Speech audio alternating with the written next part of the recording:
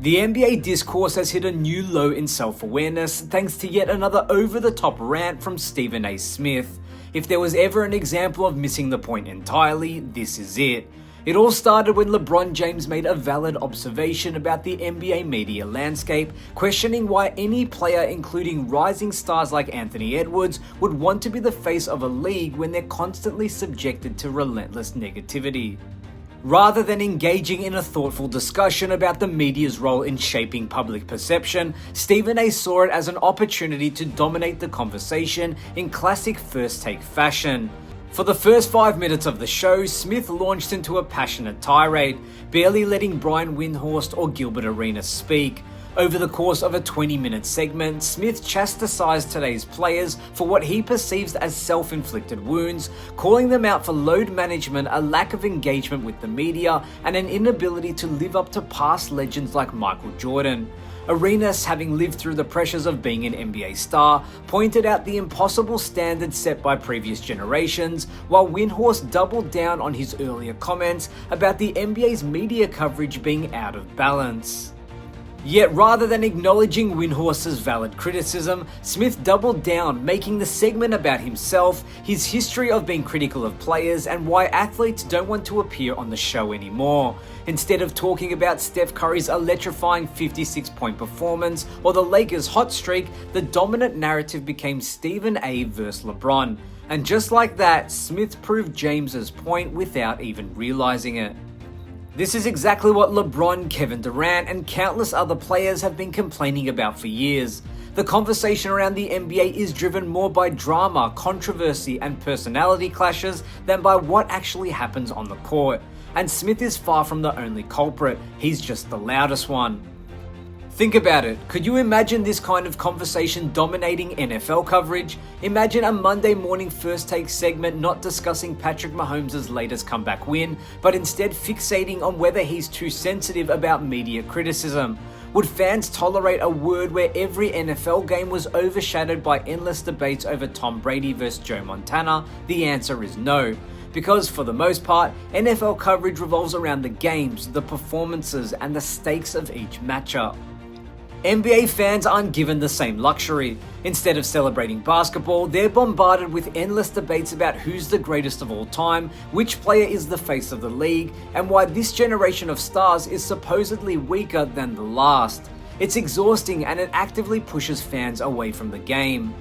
One of the biggest problems is the loudest voices in the NBA media. Stephen A. Smith, Skip Bayless for years, Charles Barkley, and Shaquille O'Neal aren't actually engaging with the modern game in a meaningful way.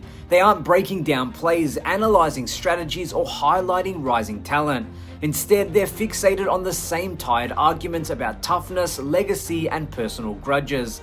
If someone tuned into ESPN without watching the games themselves, they might believe the NBA is in a state of crisis, when in reality, it's thriving with an influx of new talent and unprecedented skill levels. Yes, the NBA has its flaws, no one is denying that. Load management is an issue, star movement can be frustrating, the league's decision making isn't always perfect, but if you actually watch the games, you'll see an advanced product with young players ready to carry the torch. The problem isn't the players, it's the way they're being covered. When ESPN spent weeks fixating on Caitlin Clark's impact on the WNBA instead of celebrating her record-breaking performances, it was the same issue. The actual basketball becomes secondary to the narratives that drive clicks and engagement. Fans want to see highlights, discussions about MVP races, in-depth breakdowns of matchups, but what they get instead is more media-fueled drama that detracts from the sport itself. This imbalance isn't just frustrating, it's harmful. The very culture that these so-called analysts constantly complain about, well, they actually created it. Players feel like they have to carefully navigate media landmines every time they speak, knowing their words will be twisted for maximum engagement. If you wonder why so many athletes give vague, uninteresting answers in interviews, well, this is why. The media environment is so toxic that players are better off saying nothing at all. Let's be honest for a second, analysts like Stephen A. Smith, Skip Bayless, and others are poisoning the league with their coverage. They offer lazy takes designed for engagement rather than insight. They've never played at a high level, yet they position themselves as gatekeepers of greatness. And above all, they don't care about the game, they care about the spectacle. After all, the E in ESPN stands for entertainment. That's their real priority. And until that changes, the NBA's media landscape will remain broken. The constant focus on negativity, controversy, and off-court distractions only serves to alienate fans who want to enjoy the game for what it is, pure basketball. Brian Windhorst was absolutely right when he said NBA coverage is out of balance. The way the game is discussed in mainstream media is actively hurting the league's growth and perception.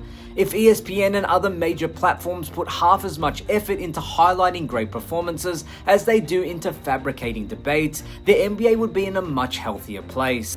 But as long as Stephen A. and company continue to prioritize theatrics over analysis, the vicious cycle will continue. And that's exactly why LeBron James and other players are fed up. Hopefully here I'm doing a good job of bringing some perspective and insight, and I hope you all continue to come along for the ride. Let's keep the conversation going in the comments. Thank you again for joining this video. I'm Damian Peters, and I'll see you in the next one.